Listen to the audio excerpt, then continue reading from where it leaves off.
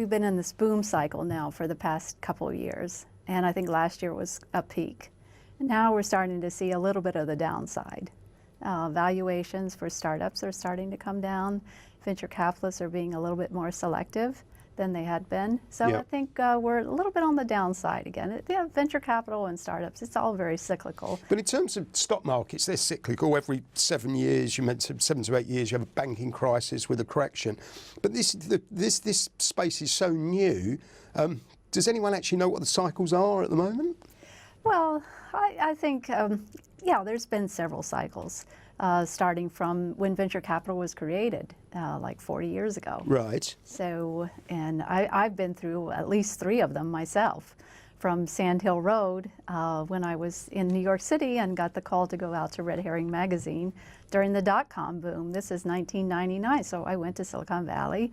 I was a journalist at the leading magazine there, and then I was also there during the downturn. And so I saw that first cycle. Then I started following the money to China. The venture capital money was starting to go to China. So as a good journalist, I was following that trail. And I saw the boom in China. And that boom peaked about 2007. And then it was an off cycle. Then it was another on cycle. So now things are moving more globally in sync. I think that markets are affecting one another more than they used to, because we're living in this global world where everybody's connected and people can relate to one another quickly in an instant, where it wasn't the case 15 years ago. So the space is not dissimilar in London, Hong Kong, India, for example. That's true. It's all pretty much moving in sync, although I think some markets are faster moving, certainly China. All driven by fear and greed, I guess. Yeah, well, partly, yeah. In China, an entrepreneurial drive that is just incredible. I've never seen anything like it except in China. China is the most plugged-in market. Is that because they tend to be bigger gamblers? Probably. And also because they're starting from something where there was zero. I remember being back in China the first time, really covering venture capital and entrepreneurship. This was back in 2000. And they're starting things from scratch, which Silicon Valley and London and other places couldn't do. They could start from scratch. It's one of the reasons China is ahead on mobile innovation now, too, because they skipped right over the PC era. Right. So in London, I'm seeing everyone with a Macintosh computer. Yep. In China, I see everyone with a mobile, Samsung Mobile or Apple. Well, the young people don't watch TVs anymore, do they? Everything's through the apps. Absolutely. Is that good for society, though?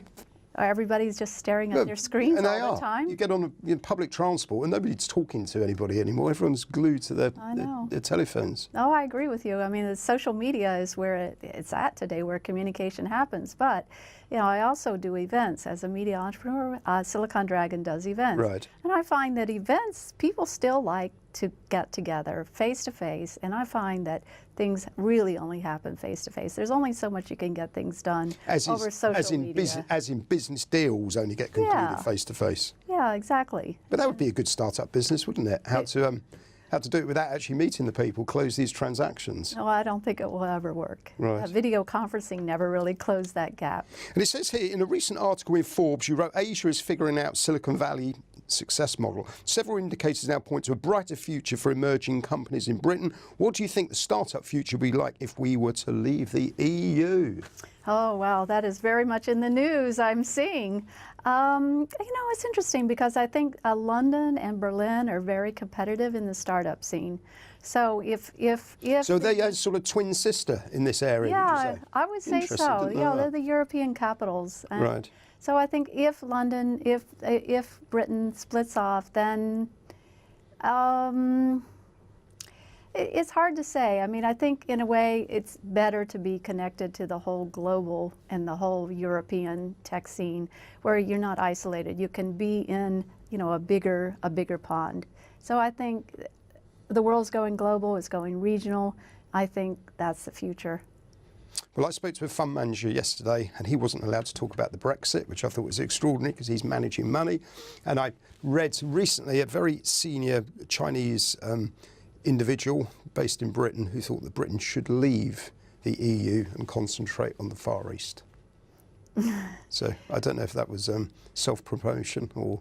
Well, there are historical ties. Yes. Yeah. Is that the way forward?